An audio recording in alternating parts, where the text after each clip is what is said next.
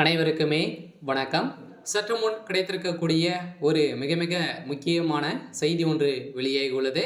திமுகவின் எம்பி வெட்டி கொலை, போலீஸ் குவிப்பு, இது மாதிரி பார்த்தீங்கன்னா செய்திகள் வெளியாகிருக்கு. நேற்று பார்த்தீங்கன்னா அமைச்சர் கே நேரு தம்பி ராமஜெயம் கொலை வழக்கில் ஒரு புதிய திருப்பம் ஏற்பட்டிருந்தது. இந்த திருப்பத்தின் அடிப்படையில் திமுகவுடைய முக்கிய புள்ளி பார்த்தீங்கன்னா இதில் சம்மந்தப்பட்டிருக்காரு அப்படின்ற மாதிரி ஒரு தகவல் வெளியே இருந்த நிலையில் தான் இப்போ அதிரடியாக பார்த்தீங்கன்னா திமுகவினர் ஒரு திமுகவிலேயே முக்கிய புள்ளியாக இருந்தவர் கொலைக்கு சம்மந்தப்பட்டவர் பார்த்தீங்கன்னா வெட்டி கொலை செய்யப்பட்ட சம்பவம் தான் பெரும் அதிர்ச்சியை சொல்லிச்சிருக்கு.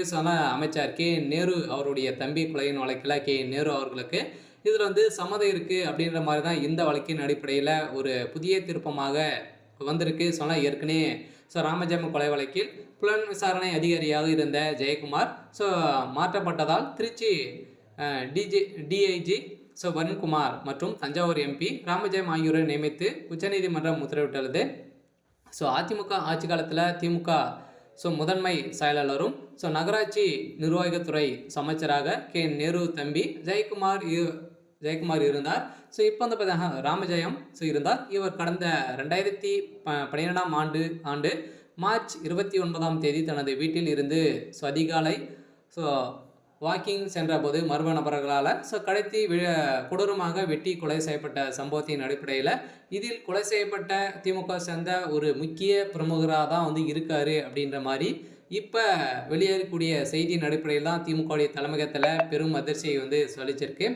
அந்த முக்கிய புள்ளி யார் அப்படின்ற மாதிரி தான் கேள்விகள் எழுந்திருக்கக்கூடிய நிலையில் இப்போ கே நேரு அவர்கள் இதிலிருந்து சம்மந்தம் இருக்கலாம் அப்படின்ற மாதிரி பேசப்பட்டு வந்திருந்தாலுமே அப்போது கொலை வழக்கு சம்பவம் தமிழகம் முழுவதும் பெரும் பரபரப்பையும் அதிர்ச்சியும் ஏற்படுத்தியிருந்த நிலையில் தான் இது குறித்து தில்லை நகர் போலீஸ் முதலில் வழக்கு பதிவு செய்தனர். பின்னர் சிபிஐடி ஐடிக்கு வசம் சென்றது.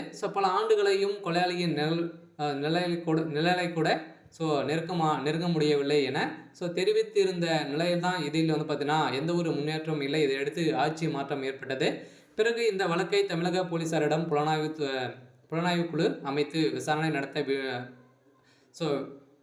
வேண்டும் என்று ராமச்சந்திரன் சகோதரர் ரவிச்சந்திரன் பார்த்தீங்கன்னா சென்னை உயர்நீதிமன்றத்தில் ஒரு வழக்கு தொடர்ந்திருந்த நிலையில் இந்த வழக்கின் அடிப்படையில் தான் திடீர் திருப்பமாக இதில் கொலை செய்யப்பட்ட ராமஜெயம் அவர்களுக்கு திமுகவுடைய முக்கிய பிள்ளைகளுக்கு இதில் தொடர்பு இருக்குது அப்படின்ற மாதிரி தான் தகவல் வெளியே இருக்குது. அந்த முக்கிய புள்ளி யார் அப்படின்னு தான் ஒரு பெரிய கேள்விக்குறியாகவே இருக்குது. இருந்தாலும் திமுகவுடைய தலைமையகத்துக்கு ஒரு மிகப்பெரிய இடியாக தான் விழுந்திருக்கு.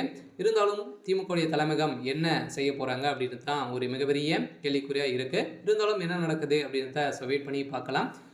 இது மாதிரி செய்திகளை தெரிஞ்சுக்கணும் அப்படின்னா மறக்காமல் நம்மளுடைய சேனலை சப்ஸ்கிரைப் பண்ணி சப்போர்ட் பண்ணுங்கள். தேங்க்யூ.